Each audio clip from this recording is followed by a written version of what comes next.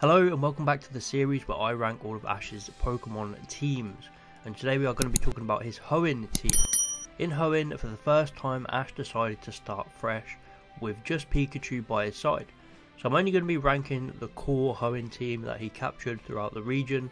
Similar to my Johto video, I'm not going to be including every single rotated Pokemon throughout the Battle Frontier, as it would be way too complicated.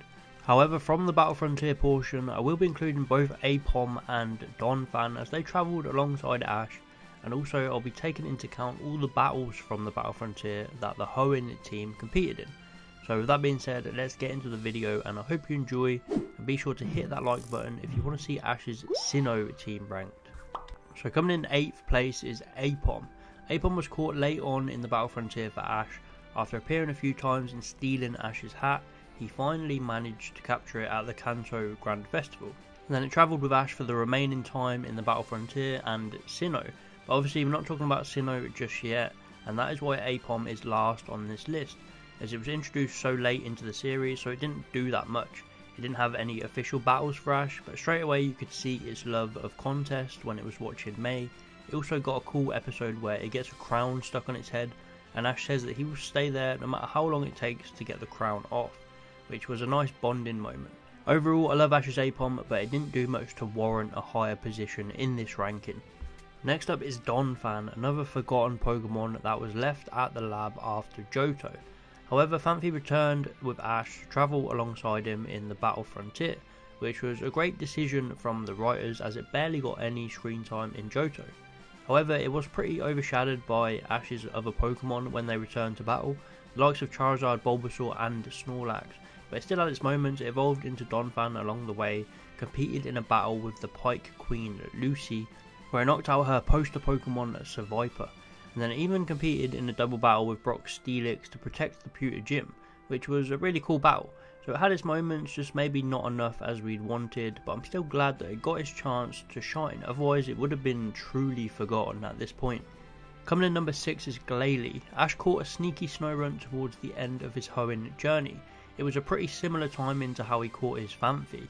It didn't have much time to shine, however it did compete in Ash's final gym battle against Hoenn, where it helped out Pikachu in the double battle section, but got taken down pretty easily as it was its first real battle.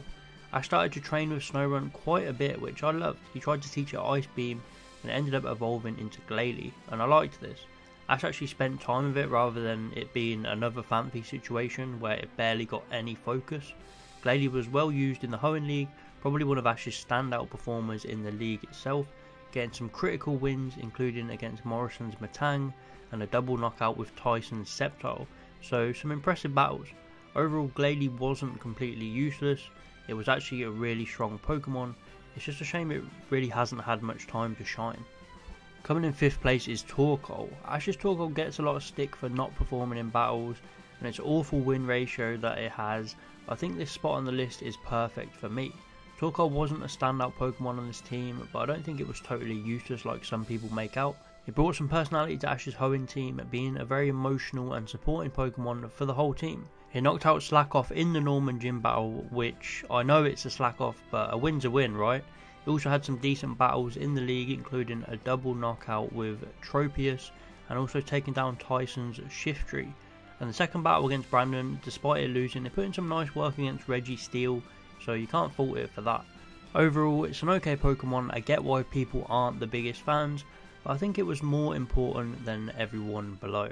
Number 4 is Corphish. Corphish seems to get a lot of love in the fan base. I've never been a massive fan of it, but I can respect what it does for Ash in this team and its fun, wacky personality.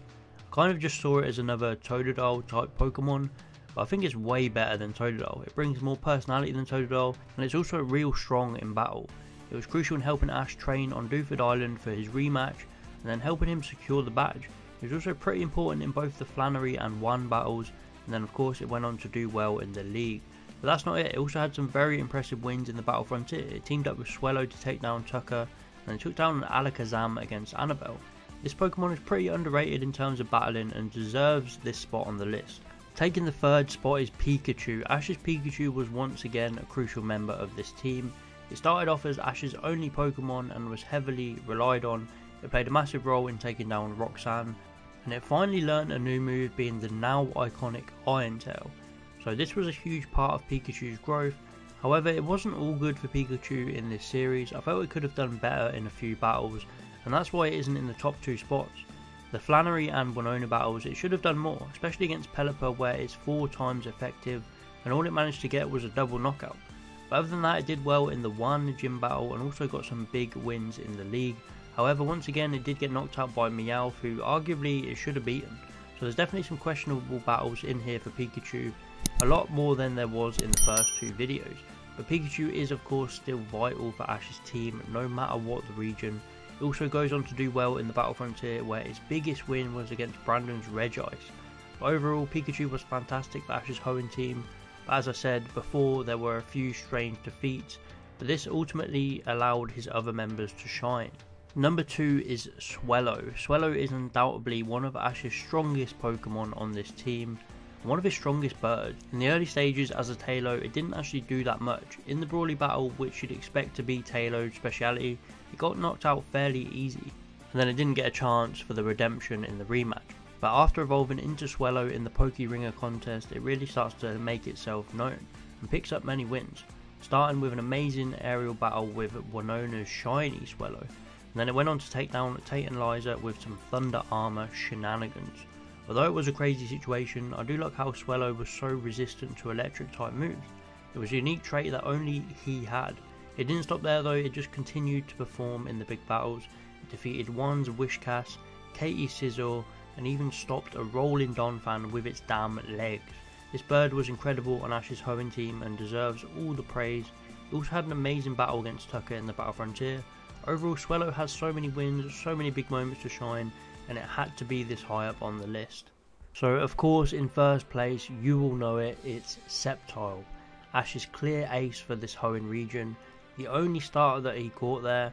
As a Trico, it had some weird development. It did well in the battle against Brawly's Hariyama, but it didn't have any grass type moves until 41 episodes into the series. I'm surprised it didn't learn Absorb or something else a bit earlier, but once Trico learns Bullet Seed, it really starts to shine. Not long after that, it evolves into Gruvile and of course learns Leaf Blade, and then goes on to be one of Ash's most powerful Pokemon, performing in so many big gym battles such as Norman, Winona and Juan. And then, just like most of the Pokemon on this list, it played a massive role in the league, taking down Pokemon like Walrein and Steelix. I am surprised that it didn't actually evolve in Hoenn. We had to wait until the Battle Frontier to finally see it become a Sceptile, so there is definitely some strange development gaps with this Pokemon, such as I said before, not knowing a grass type move for ages and not evolving in time for the league. But when it does evolve, it is worth it. It evolves just before the battle with Spencer, where it takes down both his Claydol and Shiftry, showing just how strong it is. Sceptile is Ash's best Hoenn Pokemon in my opinion. Everything about it was crucial to its journey.